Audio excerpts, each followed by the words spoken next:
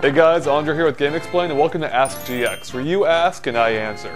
You guys sent in a ton of questions, again far too many for me to answer them all here, but I chose the best ones, we'll take care of them right here, right now. So let's get started, shall we? Our first question comes to us from I8AshKetchum151 on YouTube, and he asks, are you the only one who works at GameXplain? I'm glad you asked that, Ash, because I'm not the only one here who works in GameXplain. While I do most of our videos, we actually have a lot of help outside of that, such as with Tom Arnold, who puts together all of our images and artwork. So anything you see that looks actually good on the website or in our videos that's not part of the editing process, he probably did. So like our Cool Bits logo, our GameXplain logo, our Ask GX logo, and all the top images on the website.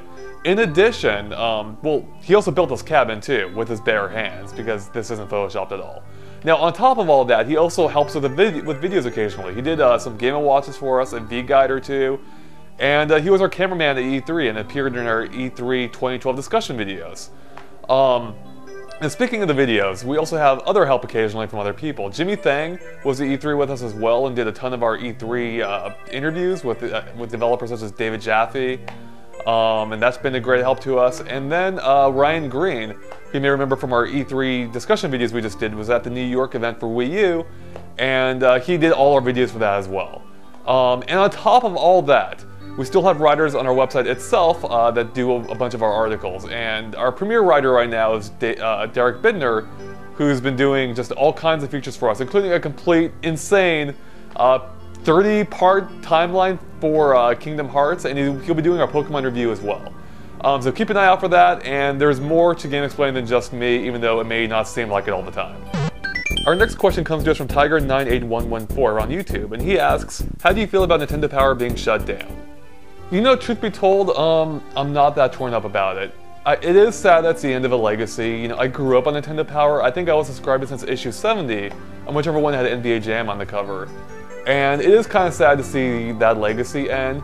But to be honest, if I didn't know better, if you told me Nintendo Power shut down a few years ago, I probably wouldn't have even noticed or cared.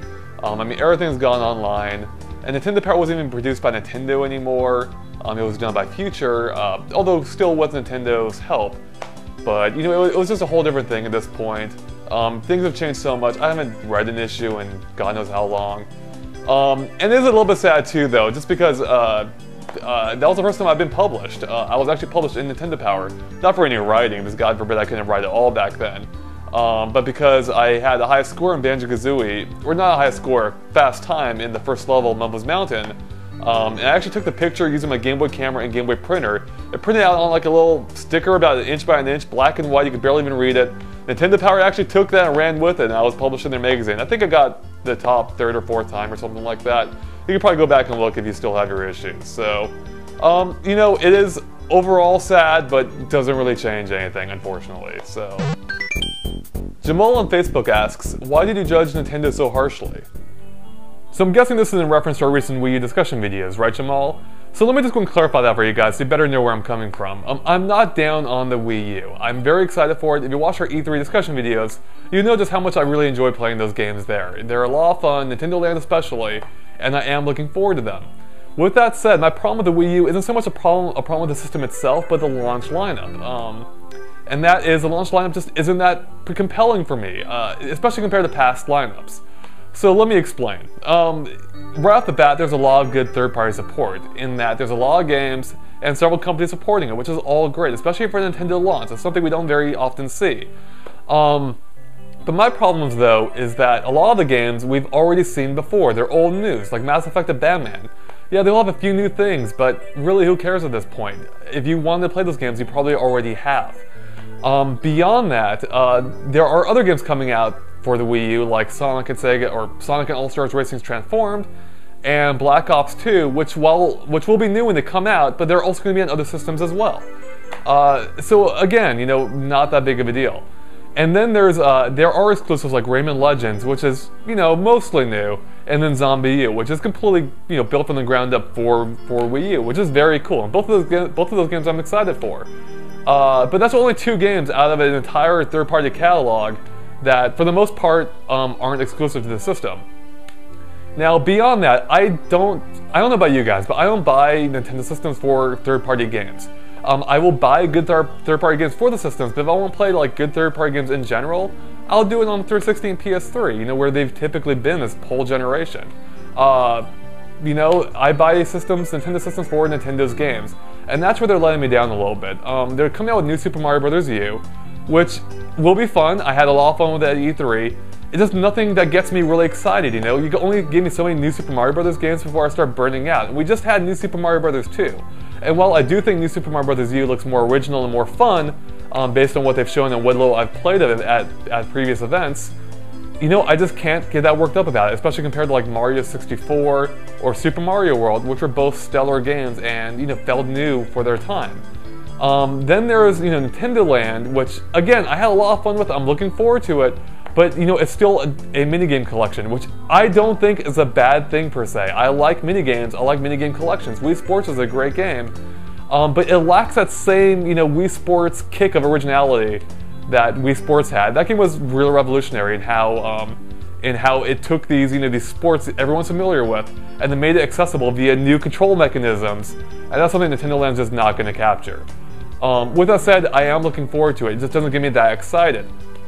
Beyond that, there's Pikmin 3, which isn't at launch but should be soon after. And again, I am looking forward to it. I love the Pikmin games. But it's something we've already seen before, and what we played at E3 wasn't that new. But again, we only saw a small part of it, and I'm sure it'll be a very fun game. So overall, I am excited for the Wii U.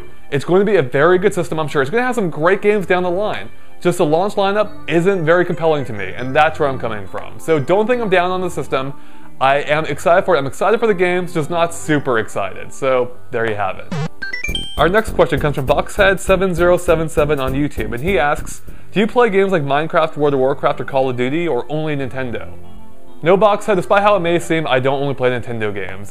Portal 2 is my favorite game of last year, and that wasn't on any Nintendo systems. If it looks good to me, I'll play it regardless of what system it's on. Like, I'm looking forward to Halo 4, I'm sure it's going to be a great game, and I might actually be doing some coverage for it on the website, so stay tuned. Alu26 on YouTube asks, Game Explained, what inspired you to do video game walkthroughs? That's a really good question, because as you might remember last time I mentioned, I started doing video walkthroughs back when I was 14, which is quite a while ago for me. And that was back when, you know, way before YouTube or, you know, video was even a big thing on the internet. I think I was just inspired because I didn't see many of the people doing what I wanted to do, you know, video walkthroughs for video games. And I'm pretty sure I was one of the first people to really do, you know, professional style narrations in edited videos for video games, showing you how to get through them. Unfortunately, I didn't hit it big back then. People had a hard time finding my videos, but the feedback back then was very positive. Beyond that, I actually kept doing Game Explain, or started Game Explain back then, primarily to get a job in the industry. IGN is where I wanted to work, and I would apply for any position they had open at the time, and I really wanted to work on the Nintendo side. Eventually, I got hired on their guides department, and so that's just how I kind of fell back into doing more guides again, and that's just been carried through up until now.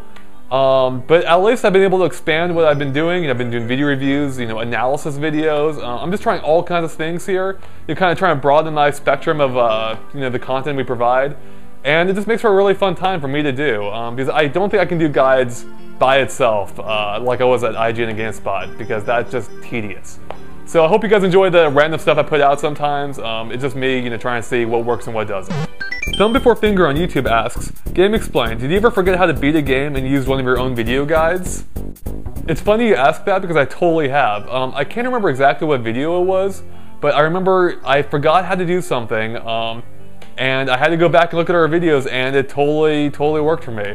And that's actually really cool, because when I'm putting these things together, you know, I try to do a good job. I think I'm doing a good job, but I really have no idea how well they actually are working in the end until I get feedback from you guys. And it's actually really cool to have, for me to be able to watch my own content, actually use it for its purpose in getting through a game. And when it works, it's just a very good feeling that, hey, that content isn't total crap. It actually helps people. So, and actually before that too, I remember I had to go back to one of my old guides at IGN and see, in order to figure out how to do something, that it had been a few years since I'd done it. And that was really cool in the same sense too, so. Snowrunticle from YouTube asks, what's your favorite 2D Mario game? You know, I know for most people it's a constant battle between Mario 3 and Super Mario World. You fall into one of those two camps. and both games are great. But Mario World totally takes it. I just love the overworld, how there are multiple paths. You can replay levels to look for new secrets. I just loved how colorful that game was, and I really just enjoyed everything about it. Yoshi, the Koopalings, which were also in Mario 3, of course. With that said, don't think I'm knocking Mario 3 at all. I love Mario 3 too. Or Mario 3 as well, not Mario 3 2. They're not pulling a Final Fantasy here. I especially love the power-ups actually in Mario 3, like the frog suit, hammer suit, all those, and I actually wish there was a little bit more variety in Mario World, but overall Mario World has to take it. That's my favorite 2D Mario game. Justin-5 on YouTube asks, what's the scariest thing you've ever seen in a video game? And no, Slender and Amnesia do not count. That's hard to say for sure. I'm sure I've been scared a bunch of times in video games. Off the top of my head, I can think of 2 incidences that really scared me. One was the bathtub scene in Eternal Dark, where you go in, you check a bathtub, the camera just zooms in, and there's like a dead body in there just staring at you. That got me pretty good. And then Resident Evil 4.